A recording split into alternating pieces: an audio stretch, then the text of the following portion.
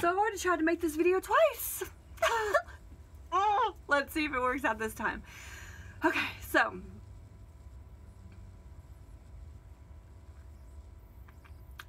hardest video I've ever had to make, and of course it deleted the first time and I stopped it the second time on accident. So let's just get back into it.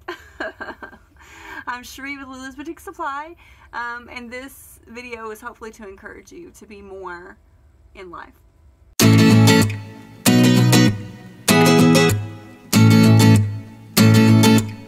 So if you can't tell by the title of this video, I had lice when I was a kid.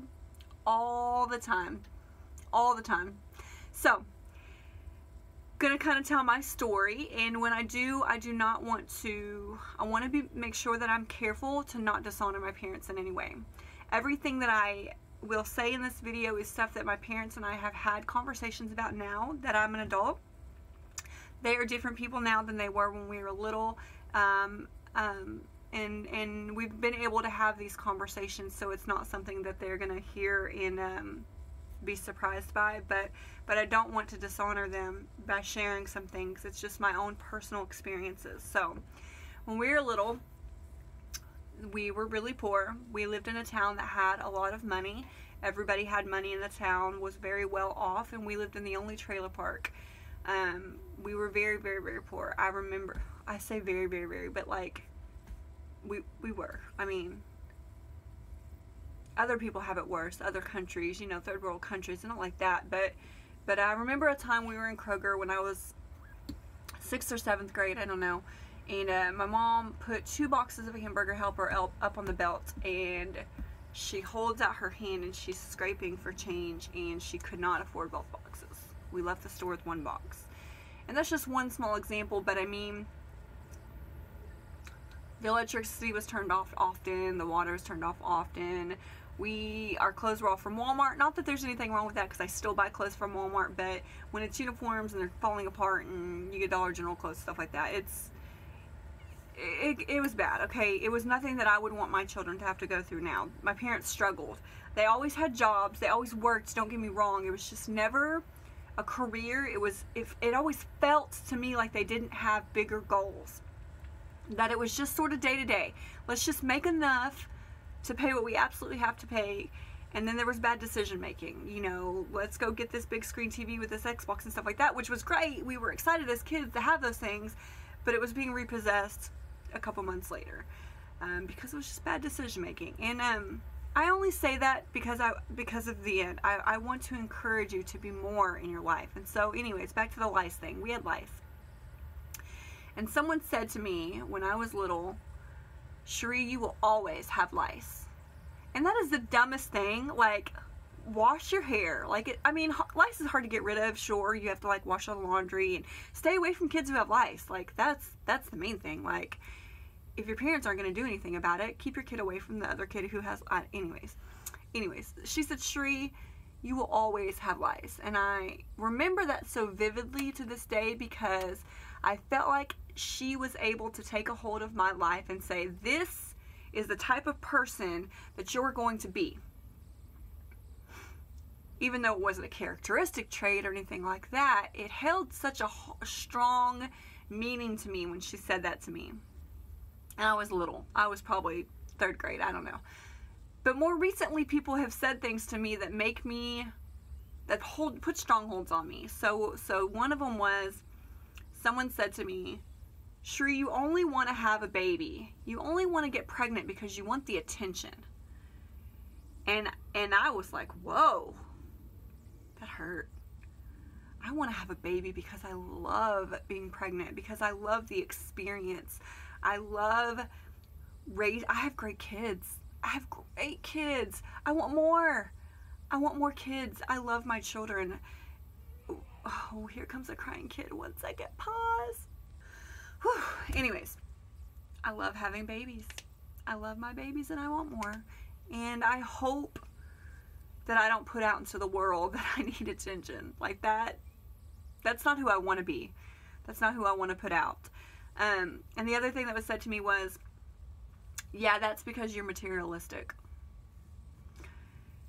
And that hurt, and I thought, it was said because we were doing a marriage seminar this weekend, and there was a test on the 5 love languages to see what your love languages were, and I already knew what mine were. I had done it before, and just looking, the love languages are quality time, physical touch, words of affirmation, acts of service, and receiving gifts. And receiving gifts was my lowest scored one, so that, I mean, obviously tells me I'm not materialistic, but I like things. Of course, everybody I like getting flowers. I like pens a lot. I like stickers. I like purses. But the thing that, you know, these 2 things being said to me, and, you know, even when I was little, made me think, A, can you hear my children screaming in the background? Oh my goodness, pause again. You guys have got to know that I've tried to make this video like 4 times now. One of them being all the way through, it was 21 minutes long, and it deleted, and now my children keep on interrupting me, and I want to cry. Anyways, oh goodness gracious. Wasn't I just saying how much I love my children? If I can just finish, if I can just get my point across and get this done, it'd be so awesome. So anyways, I was contemplating on these things being said to me, and it made me think of who I am as a person, or how people perceive me, because I think who I am and how people perceive me may be 2 different things, and I don't want that to be. I want to make sure that the person that I actually am comes across. And so I'm just telling you guys this so that you can be encouraged to make sure that what you're putting out into the world comes across as exactly who you want to be.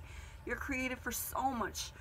Your creator has such big plans for you in your life, and you don't get to let people tell you who you are. And let me back up and just say that the people that said these things, all 3 different times, all 3 different people that said these things to me, hold not no value, because I love them. I don't want to say that. They don't know me. They don't spend any sort of day-to-day time with me, or month to month. I mean, these people might see me 2 to 3 times a year, and so they don't know me. But it made me think, when I am with them, when I do spend time with them, am I not being authentic? Am I not being myself? What am I doing to make people think these things of me? And so I just want to share that with you so that you can make sure you are conscious of what type of person you are being and what you're putting out to the world. And anyways, I'm reading Girl Wash Your Face. If you have not got this book, you absolutely need to get this book. It's by Rachel Hollis, and if you have watched any of my videos or read anything that I've put out to this world, you know exactly who she is. But if you haven't gotten the book, y'all, it's like $13 on Amazon, and it is amazing. And there was I shared the materialistic one because I do love purses. And there's a part in her book where she talks about how she always wanted to own a Louis Vuitton Speedy bag. It was like $1,000 bag. And man, she wanted that bag so bad. And so she set goals for herself. Small, bite-sized goals to reach the big goal of buying this bag. And it seems materialistic, but I think for her and for a lot of people, when you get to buy things for yourself, it is like a stamp, like, I deserve this. I worked so hard for it. Even though it's frivolous and it's expensive and it's kind of dumb, I deserve this one thing. Now, I probably wouldn't ever spend $1,000 on a purse. When I say I like bags, my most expensive bag is about a $90 bag, and my husband bought it for me for my birthday one year because we went shopping. We were just walking through the mall. We weren't really buying anything, and we walked by this bag, and we both stopped at it. He knew right when he saw it that I would love this bag, and I did. It was Betsy Johnson bag. I just in the last month stopped carrying it because the handle's starting to fray a little bit, and I don't want to ruin it anymore. But it's Betsy Johnson, and it's all black, and it has a humongous black bow on the front of it, and it's beautiful. And we didn't buy it that day. I said, no, let's just keep walking. But when I got home, I found myself looking on the internet trying to find that bag, and I loved it. Secretly, I loved it, but I tried not to talk about it. But he bought it for me for my birthday anyways. He surprised me with it one day. And it means a lot to me because working in this business that I do, selling ribbon and stuff, bows mean a lot to me. It's upside down, and it looks like my kids colored on me. But I have a bow tattoo. And it's sort of my logo of, look at what I've accomplished. Now, cannot talk to her. In no way have I arrived. I'm not as successful as I want to be, and being successful isn't the only thing in the world that matters to me, but it does mean so much to me to prove to myself and to prove to my children, to give them something they can be proud of. I want my children to be proud of me, and I want to reach for more than just living my life day to day. Just pay the bills and that's all that matters, and then you die. Like, that's not what life is about. Your Creator created so much more for you. And I want to be so much more for myself, for my husband, for my children. I want to be able to look back and say, this is what I came from, but that is not where I am staying. I don't have to stay just because this is the generational curse. It's not my life. No one gets to tell me or you what your life looks like. No one gets to tell you who you are. You get to decide that for yourself. And so the whole point of this video is just to encourage you and to encourage myself, putting it out there, like, set goals for yourself. Big goals. Big goals. But you set small bite-sized ones to get to the big goal. What's the quote? How do you eat an elephant? One bite at a time. So set yourself big goals that you feel like are unattainable. And then you find small ones that you can do. What can I do today to help me reach that goal? And do something, at least one thing, every single day to help you reach those big goals. And you'll do it as long as you do something every day to reach those goals. And it'll be amazing. And you're going to fail so many times. But if you're not failing, you're not trying. You learn from your failures, and at least when you're failing, that means you tried to do something. So do not let anybody tell you, this isn't going to work out, this is dumb, you're never going to become anything, you're never going to be able to sell those bows, you're not going to make any money off of doing that. Whatever it is, and I say bows because that's the business that I'm in, but with whatever, Etsy shop, small business, whatever you're doing in your life, even not work related, set yourself goals in your life, because you are not created just to sit here and pay the water bill and move on day to day, take your kids to school, cook dinner, go to bed. Every single day, same thing, over and over again. How boring and redundant is that? Set goals for yourself, no matter how old you are. I see people that are 20 that have no idea of what they're going to do in their lives. If you start thinking about it now and start telling yourself who you want to become in life, what your goals are in life, and start working towards them today. Maybe I'm chasing rabbits here. Maybe none of this made sense, but like I said, this is the second time I've officially got the video done, but the first one was 21 minutes long, so maybe I cut stuff out that didn't matter. Let me check my notes here, make sure I didn't leave anything out. So I wrote, when I think about my goals, I don't think, it'd be nice to help my husband pay a few bills. I think I want something big. I want my children to be proud. I want big things. So imagine your dreams in intricate details. For Rachel Hollis, hers was getting that Speedy bag and marrying Matt Damon.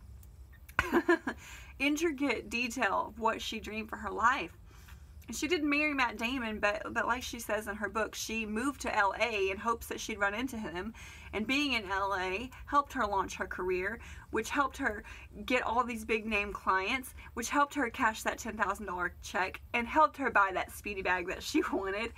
And so, you know, I can't think of intricate detail for my life besides us building our dream home, which, Lord, I pray that happens soon. That right now is my biggest focus, is build our dream home. And not, when I say dream home, I don't think like this $1 million home, just a home that is big enough for my family, that I can work out of and that I could be proud of. That is my goal in life right now, and that's the biggest one. And it seems easy and frivolous and silly maybe, but that's it. That's my goal, and I haven't arrived. I hope I said that already. I'm not the most successful person in the world. I don't make $10,000 a month, but every single day, every day, I do something to work towards my goal.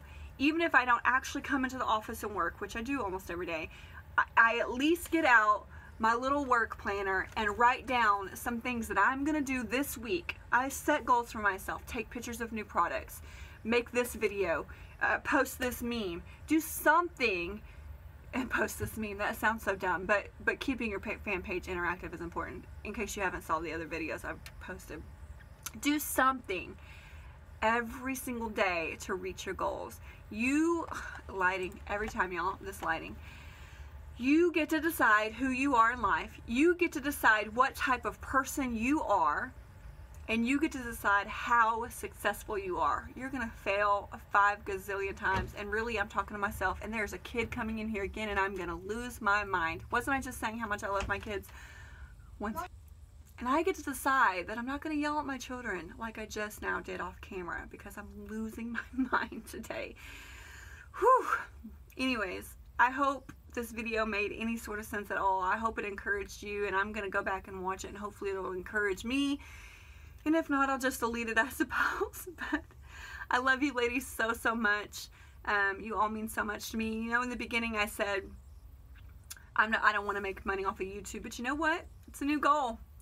In order to make money off of YouTube, you have to have 10,000 views.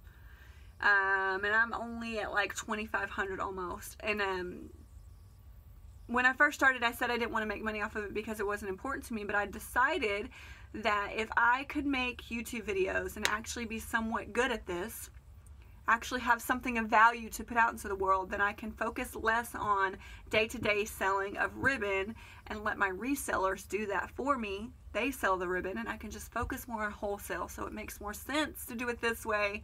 So subscribe, please subscribe to the channel. Leave me notes and comments, whatever you thought. Seriously, just be honest. I'm totally open to critiques, and tell me that I'm like squirrel too much, because I know that I am. But I love you ladies so much. Be encouraged. Set goals for yourself. I know it's February, and sometimes we start to, you know, January, we're all ramped up for all of our goals. In February, we're like, it's not working out. I can't do this. But do it. Get back up there. Try again. Keep going and setting new goals for yourself. You'll be able to accomplish so much more. I love you ladies. Bye.